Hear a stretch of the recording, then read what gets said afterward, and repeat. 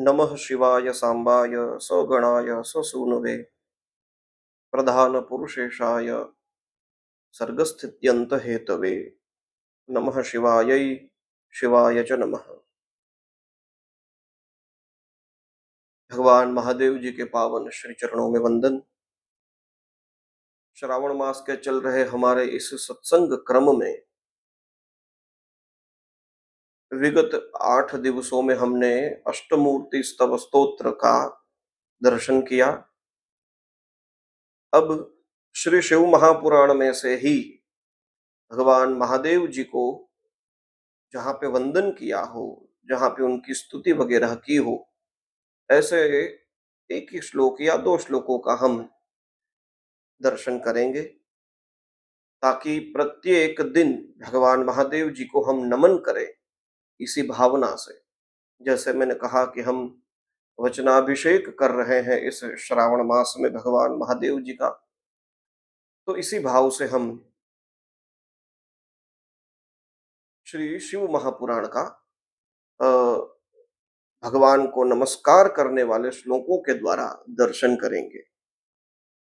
तो शिव महापुराण का प्रारंभ ही प्रथम विद्येश्वर संहिता से होता है। ईश्वर संबंधिनी विद्या जिसमें बताई गई है वही विद्येश्वर संहिता है। श्री वेदव्यास जी महाराज ने हम सब पर बड़ी कृपा करी है कि जो भगवान महादेव को पूजना चाहते हैं, उनकी अर्चना, उनका अभिषेक वगैरह करना चाहते हैं, तो भगवान महादेव के किस लिंग की पूजा करनी चाहिए, भगवान महादेव जी को कौन कौन सी वस्तु अति प्रिय है, जैसे भस्म है, रुद्राक्ष की माला है, और त्रिदल वाला ये बिल्व पत्र है, आदि आदि जो कुछ भी प्रभु को प्रसन्न करने वाला, महादेव जी को प्रसन्न करने वाले जो कुछ भी सामग्री है, और कैसे किस विधान से उसका प्रयोग करना चाहिए, आदि आदि सब बात इसी विद्येश्वर संहिता में बताई गई है।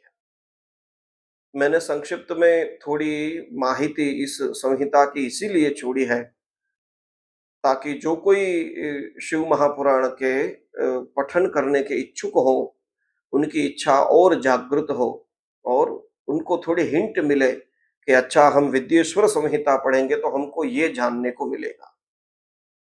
तो प्रारंभ में ही विद्येश्वर संहिता में भगवान महादेव को ध्यान स्वरूप बताया है। श्री वेदव्यास जी महाराज कहते हैं कि हम मन ही मन भगवान के उस दिव्य स्वरूप का चिंतन करते हैं। कैसे है महादेव? तो कहते हैं, आद्यंत मंगलमजात समान भावम आर्यम तमीशमजरामरमात्मदेवम पंचाननम प्रबल पंच विनोदशीलम संभावये मनसि शंकरमंबिकेशम।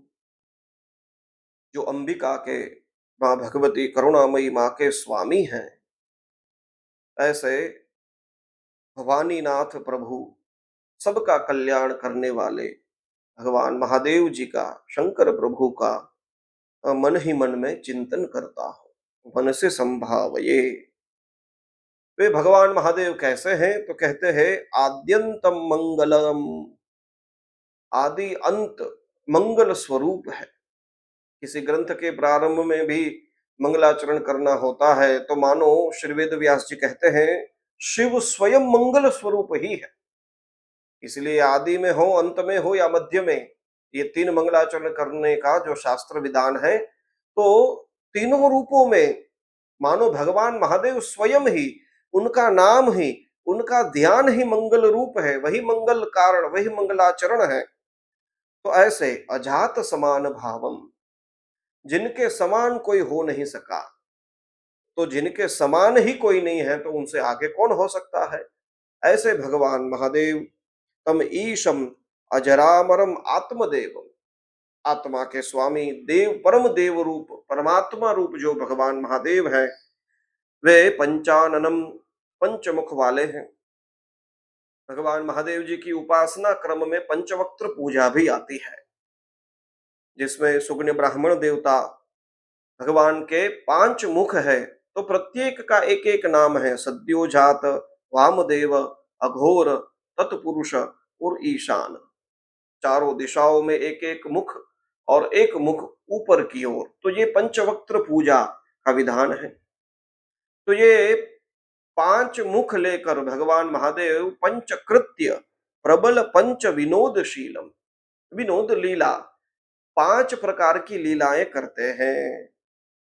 सद्योजात वही मानो ब्रह्मा का रूप है, तो उनके द्वारा सृष्टि की रचना करते हैं।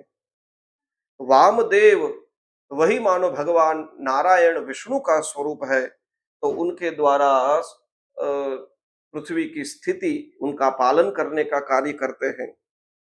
अघोर रूप लेकर भगवान महादेव स्वयं तिरोभाव अर्थात संहार करने का कार्य करते हैं।